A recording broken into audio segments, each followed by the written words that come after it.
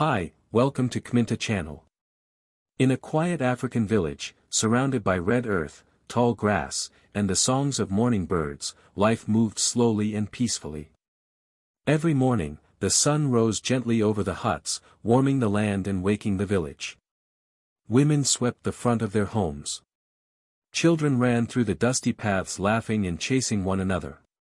And in the center of the village stood something truly magnificent. A giant baobab tree. The tree was enormous.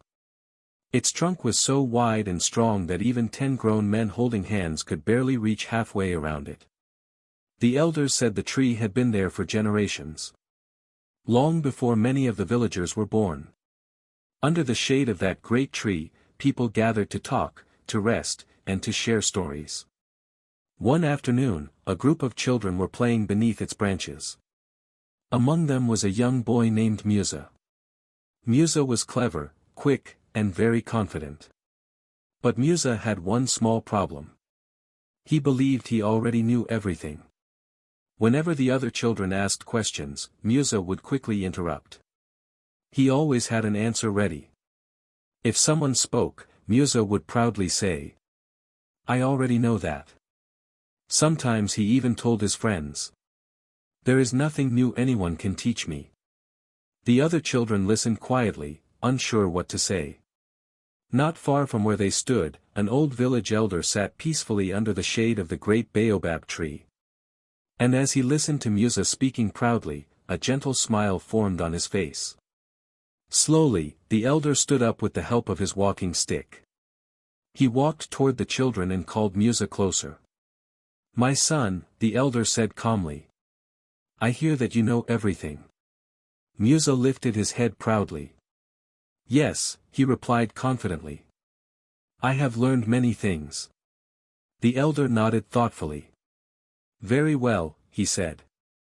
"If that is true, I have a small task for you." Musa crossed his arms and smiled. "What task?" he asked. The elder pointed toward the giant baobab tree standing beside them. "Go," the elder said. "And embrace the baobab tree." Musa laughed. "That is easy," he said. Without hesitation, Musa walked toward the giant tree. He stretched his arms wide and tried to hug the trunk. But the tree was far wider than he expected. His arms could not reach around it. He tried again. And again. But no matter how hard he stretched, the giant tree would not fit within his arms. The other children began watching curiously. Musa stepped back, thinking for a moment. Then he turned to the others. "Come help me," he called. 2 children ran over and joined him.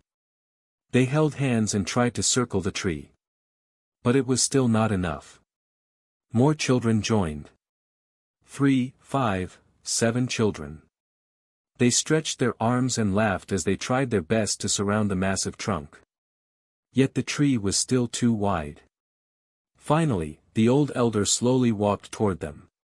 The children stepped aside as he approached. He gently placed his hand on the rough bark of the tree.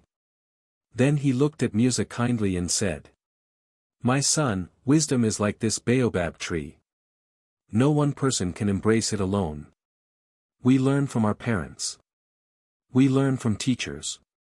We learn from friends. And sometimes, we even learn from children." The children stood quietly, listening. Musa looked at the great tree again. For the first time, he understood something important. Life was bigger than what one person could know. Slowly, Musa lowered his head. "I understand now," he said softly. "There is still much for me to learn." The elder smiled proudly. And from that day forward, Musa stopped saying he knew everything. Instead, he began asking questions. He listened more carefully.